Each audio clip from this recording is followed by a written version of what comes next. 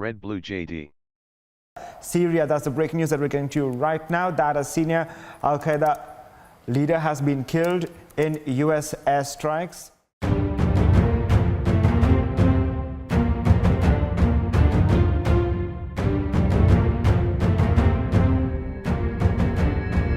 Ndabasuhuje mwese. Jackson Semahoro niko nitwa. Ubu kuva mu burengerazuba bw'isi ukagera mu burasirazuba bwo hagati haravugwa inkuru imwe gusa. Ni inkuru y'akababaro ku barwanyi b'abajihadiste ndetse yewe n'ababashigikiye bose. Ikaba none ariko inkuru nziza ku bantu bose barwanya iterabwoba ndetse yewe n'abatarishigikiye. Mu bitangazamakuru bitandukanye uku niko inkuru iri kuvugwa. Syria, that's the breaking news that we're getting to you right now, that a senior Al-Qaeda leader has been killed in US airstrikes. Ngo Amerika yishe umwe mu bayobozi bakuru ba Al-Qaeda. Ibyo rero ni ibyatangajwe na leta ya Washington ndetse yewe ngo byanabaye ku munsi wo kwa gatanu tariki ya 22 nibwo rwose byabaye. Maze Abdul Hamid al-Matari wafatwaga n'ubundi nk'ishiga ry'inyuma mu mutwe wa Al-Qaeda abarivuganywe mu gitero gikomeye cyane ndetse yewe cyari cyanateguwe kuva mu gihe kirekire. Iki gitero rero byemezwa ko kitari cyoroshye habe na gato ndetse yewe ngo hanifashishijwe indege karabutaka zitagira abapilote nazo zidasanzwe, ni indege za MQ-9 nazo turaza kugarukaho n'ubundi muri iki kiganiro, aho nanone tujye kurebera hamwe intambwe ku yindi uko byagenze ngo ingabo za Amerika zivugane umuyobozi mukuru wa Al-Qaeda zimusanze mu misozi yo muri Syria, ahantu n'ubundi hari ibirindiro by'aba barwanyi ba Al-Qaeda. Ese ko umuyobozi mukuru wa Al-Qaeda yishwe, twizere ko noneho uyu mutwe ucitse umutwe bya nyabyo? Reka tuze kubiganiraho. Wageze kuri RedBlue JD. Jackson Semahoro niko nitwa.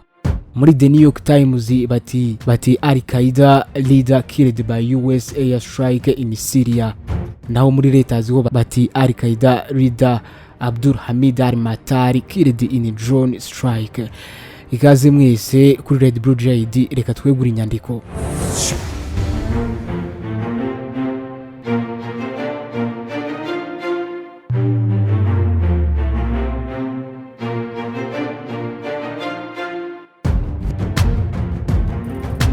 Umuyobozi mukuru w'umutwe wa Al-Qaeda muri Syria yiciwe mu gitero cya drone za Leta Zunze Ubumwe za Amerika. Ni mu itangazo n'ubundi ryashizwe ahabona n'igisirikare cya Leta Zunze Ubumwe za Amerika, aho cyavuze ko icyo gitero cyagabwe mu majyaruguru ya Syria maze kigahitana Abdul Hamid al-Matari, wari umwe n'ubundi mu bayobozi bakuru ba Al-Qaeda. Major John Rigsby no muvugizi w'igisirikare cya Amerika US Central Command niwe wabitangaje n'ubundi mu itangazo yasomeye imbona nkubone kuri televiziyo. Gusa ariko muri iki gitero karabutaka cy'indege z'ingabo za Amerika zitagira abapilote nta bandi bantu bazwi cyahitanye ngo babe bishwe n'ubundi n'iki gitero, ariko kandi bivugwa ko ngo cyagabwe hakoreshejwe indege za MQ-9. Iyi rero akaba ari indege nakubwira ko n'ubundi ifitwe n'ibihugu bike cyane birimo na Leta Zunze Ubumwe za Amerika, ikaba kandi ikoreshwa n'igisirikare cya Amerika kirwanira mu kirere US Air Force. Iyi ndege rero ikabizwiho kunyaruka cyane nk'uburabyo kuko igendera ku muvuduko wa kilometero 482 ku isaha, ndetse kandi ikaba ikoreshwa na telekomande. Iyi rero hakoreshejwe telekomande bishobora kurasa ahariho hose hihishe umwanzi.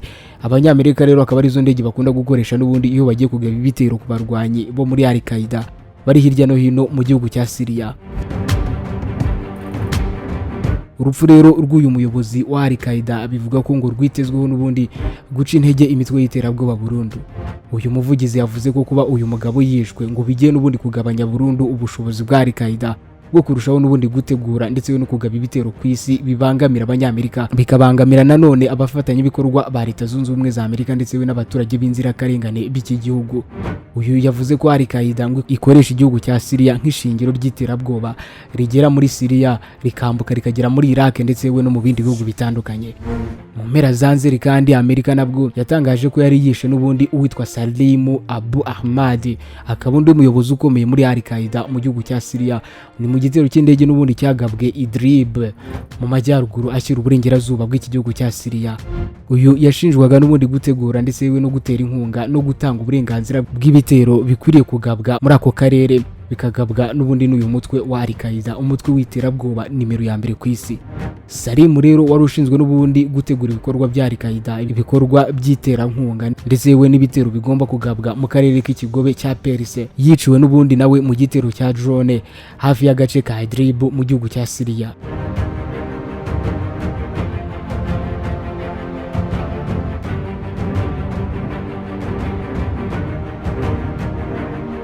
ubwo iyi drone yagabaga iki gitero ntabwo byahise byemezwa ko ari Salimu wishwe.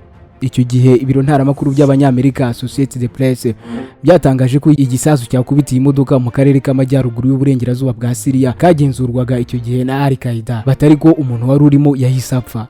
Fox News rero yavuze ko umuryango ushinzwe kurengera abasivile muri Syria uzwi nka White Helmets waje kwemeza ko umurambo w'umuntu utari wamenyekanye wakuwe mu modoka n'ubundi mu muhanda uhuza Idlib ndetse we na Binishi.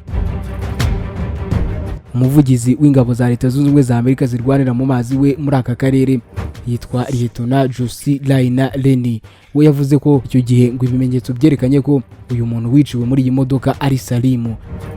Ati ibimenyetso by'ibanze byerekana ko twarashe umuntu twari tugambiriye.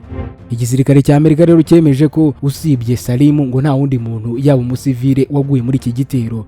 Kiti nta kimenyetso cyerekana ko hari umusivile waguye cyangwa se wakomerekeye muri iki gitero. Leta ya Amerika n'ubundi ariko irakataje mu mugambi wayo wo kurwanya imitwe y'iterabwoba iri hirya no hino, haba muri Syria, muri Liban, muri Iran, muri Afghanistan ndetse we n'ahandi.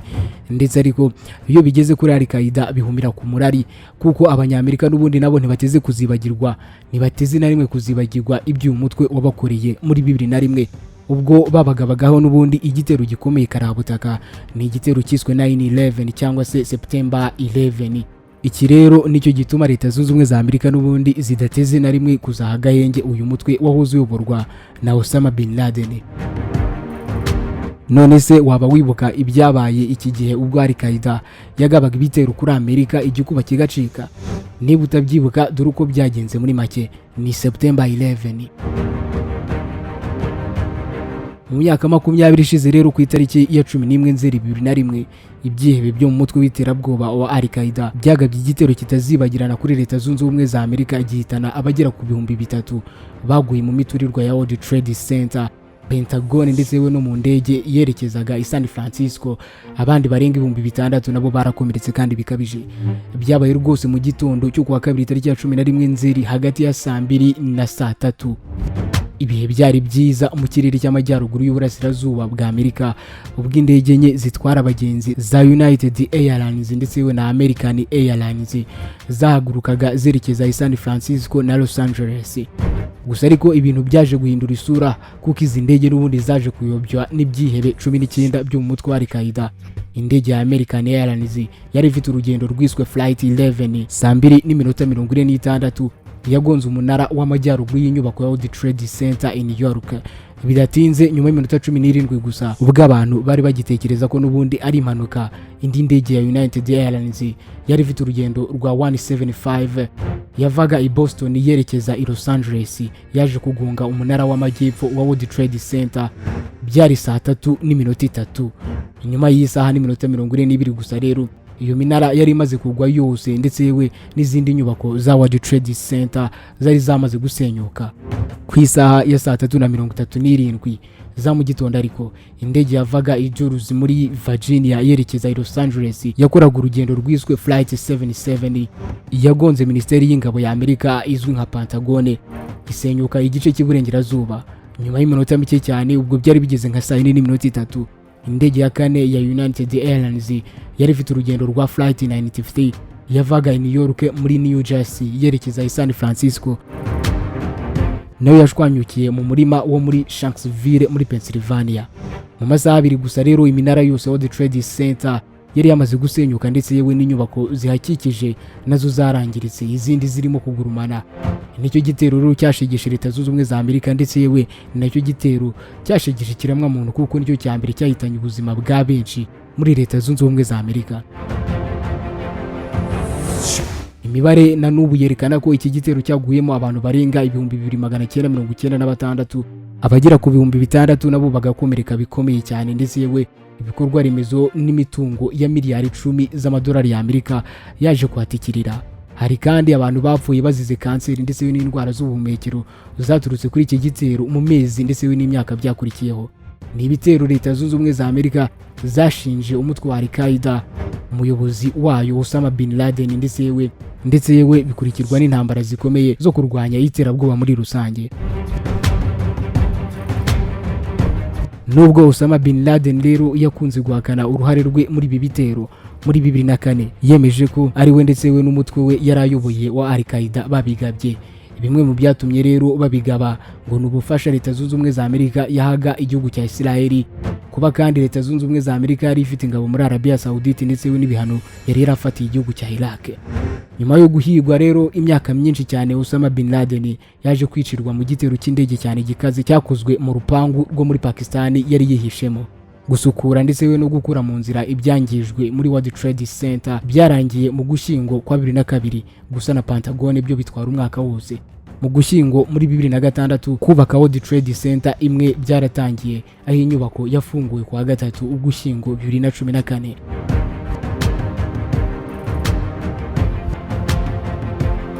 Ku munsi nk'uyu rero iki gitero cyagabiweho no kuvuga tariki ya 11 Nzeri, abantu batandukanye bahurira ahagenewe kwibuka abahitanwe n'ibi bitero maze bakibuka.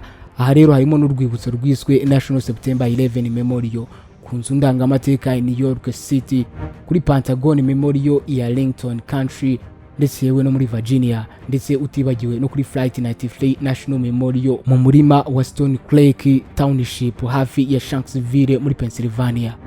Uretse kwibuka rero abahitanwe n'ibi bitero, abantu barahura maze bakiyemeza kurwanya iterabwoba.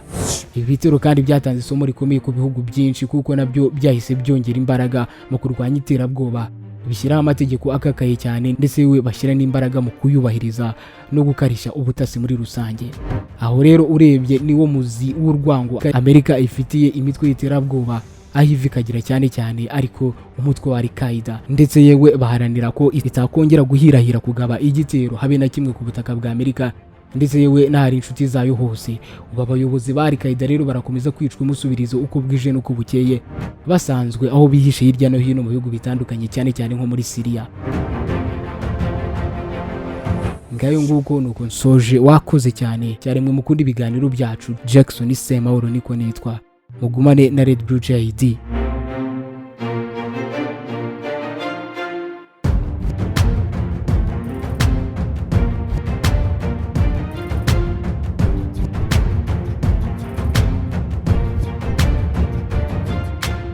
Abacuruzi bafite ibicuruzwa na serivisi nziza, ariko bafite ikibazo cy'uko abantu benshi batazi ubucuruzi bwabo. Hari icyo wakora ibihumbi n'ibihumbi by'abanyarwanda bakarara bamenya ibikorwa byawe. Muri RedBlue JD bakwereka uko ubigenza ubucuruzi bwawe bukamenyekana, kandi n'abakiriya bakarushaho kukwegera no kukwizera. Bafotora ibikorwa byawe, bagasobanura ubuziranenge bwabyo, bakanabimurikira abakiriya. Bafotora abageni, bakanababikira video z'ubukwe bwabo kuri YouTube ku buryo nta kibazo cyo kongera kubura amashusho cyabaho. Abaririmbyi babakorera amashusho y'indirimbo zijyanye n'igihe, bakanabafasha kumenyekanisha ibihangano byabo. Abantu basobanutse bamaze kumenya ibyiza byo gukorana na RedBlue JD. Abakorera munsi y'isoko rya Kimisagara werekeza Nyabugogo. Wahamagara kuri 0788 36 53 55. Byigeze bikubaho kwitabira ibirori, inama cyangwa se ibindi bikorwa bikaba uhari ukabikurikirana kuva bitangiye kugera bisoje, ariko nyuma y'ukwezi kumwe ugatangira kwibagirwa bimwe mu bice by'uko uwo muhango wagenze kandi wari uhari? Niba urimo kureba aya mashusho, nuko udashobora kwihanganira kureba amashusho no kumva amagambo atari meza. Turi miliyari 7 z'abantu kuri iyi si. Abarenga miliyari 4 muri twe dukoresha internet. Buri wese muri twe arihariye, ateye ukwe, afite ibyo akunda ku giti cye adahuje n'undi wari we wese. None niba dutandukanye, kubera iki twagira ubwoko bumwe bw'ibirori? Kubera iki inkuru zacu abantu bazi barakimwe? Ntabwo bikiri ibanga ko ari we wese ko uyu munsi RedBlue JD ari kompanyi ifata amashusho ikanayatunganya, igakoramo inkuru cyangwa se ibyegeranyo bidashobora guhaza ijisho cyangwa se ugutwi ko ari we wese inshuro imwe. RedBlue JD ni inkuru yo kubara, ariko cyane cyane ni inkuru ivuga uburyo abantu bafata amafoto meza y'ubukwe n'ibindi birori. Inkuru y'uburyo babika amashusho y'ibirori n'ibindi bikorwa kuri internet, ubwo ukabubonye uburenganzira bwo gutunga amashusho yawe ubuzima bwose. Nta muntu nzi wakoze ibirori, inama n'ibindi bikorwa ngo areke gushimishwa no kongera kugira bya byishimo cyangwa se kwiyumva nk'uko yiyumvaga cya gihe. Ibi bikaba atagombye gusubiramo bya birori, ahubwo akabikesha amashusho n'amafoto yafashwe mu buryo bwiza. Umuntu wese uvuze ibirori bishingiye ku muryango no ku mibanire abavuze ubukwe. Uvuze ubukwe bwagenze neza, abavuze amashusho n'amafoto yabwo yafashwe neza. uvuze amashusho n'amafoto yafashwe neza mu bukwe, mu nama no mu bindi birori, abavuze RedBlue JD. RedBlue JD ni indi nyito bakoresha iyo bashaka kuvuga filime mbarankuru zikozwe mu mashusho meza n'ubutumwa butava mu mutwe w'uwabwumvise. Hari ikibazo kimwe kirebana n'iyi ngingo. Ibi byose mwabikoraga mute RedBlue JD itaraza? Bakorera munsi y'isoko rya Kimisagara werekeza Nyabugogo. Wahamagara kuri 0788 36 53 55.